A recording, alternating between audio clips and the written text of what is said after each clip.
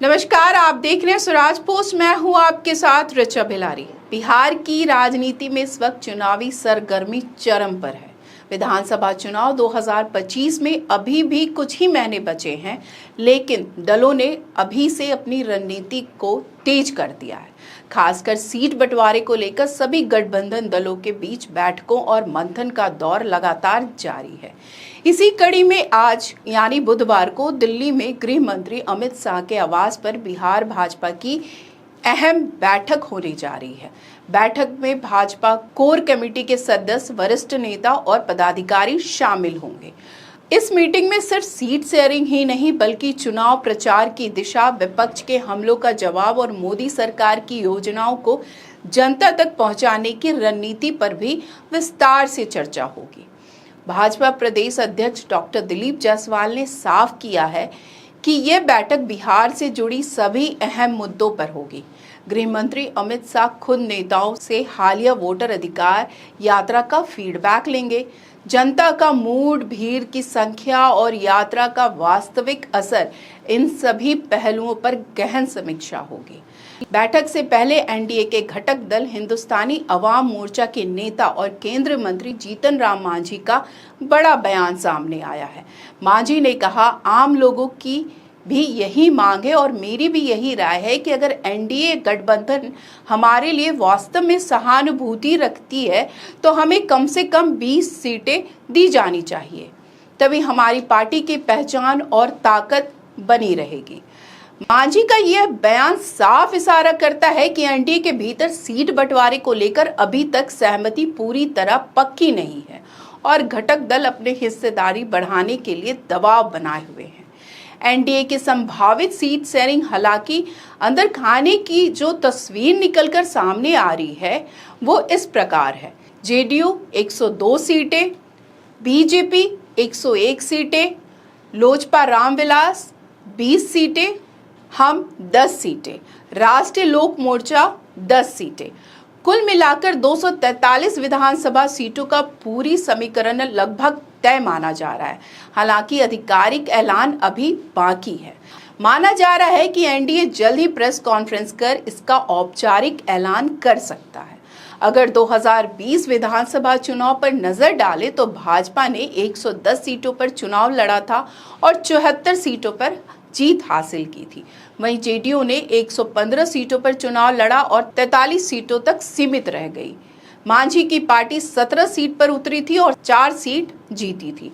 लोकसभा चुनाव में अगर सीट बंटवारे पे नजर डाले तो तस्वीर साफ दिखती है। भारतीय जनता पार्टी ने 17 सीटों पर दमखम दिखाया था, वहीं जनता दल यूनाइटेड को 16 सीटें मिली थी। लोजपा ने 5 सीटों में मैदान संभाला, जबकि जीतन राम मांझी की पार्टी और उपेंद्र कुशवाहा की राष्ट्रीय लोक मोर्चा दोनों ने एक-एक सीट पर मौका मिला। यानी लोकसभा में बीजेपी ने जेडीयू से 1 सीट अधिक चुनाव लड़ा था, लेकिन अब विधानसभा चुनाव की रणनीति अलग हो सकती है। चर्चाएं तेज है कि इस बार विधानसभा में जेडीयू को बीजेपी से 1-2 सीटें ज्यादा दी जा सकती है। यानी इस बार का फॉर्मूला पूरी तरह से पिछले चुनाव नतीजों को देखकर गढ़ा गया है। बीजेपी और जेडीयू लगभग बराबरी की सीटों पर उतरेंगे, जबकि छोटे दल को सीमित लेकिन संतुलित हिस्सेदारी दी जाएगी। विपक्ष की ओर से कांग्रेस नेता राहुल गांधी और राजद नेता तेजस्वी यादव ने हाल में ही 16 दिन तक की वोटर अधिकार यात्रा पूरी की।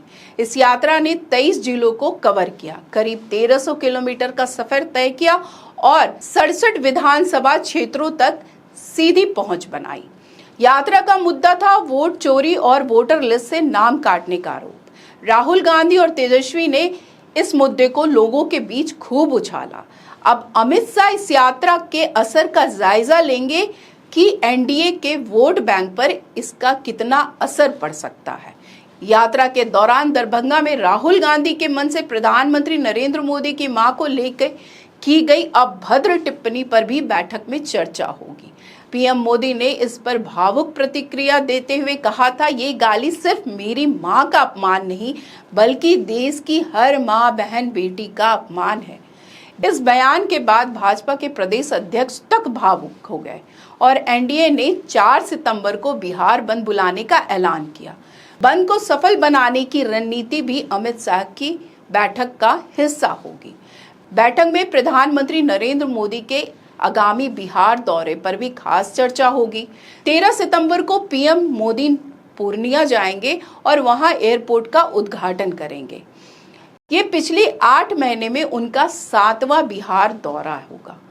इससे पहले 22 अगस्त को गया, 18 जुलाई को मोतिहारी, 20 जून को सिवान, 29 मई को पटना, 24 अप्रैल को मधुबनी और 24 फरवरी को भागलपुर का दौरा कर चुके हैं। लगातार हो रहे इन दौरे से साफ है कि भाजपा चुनावी मैदान में पूरी ताकत झोंकने के मूड में है।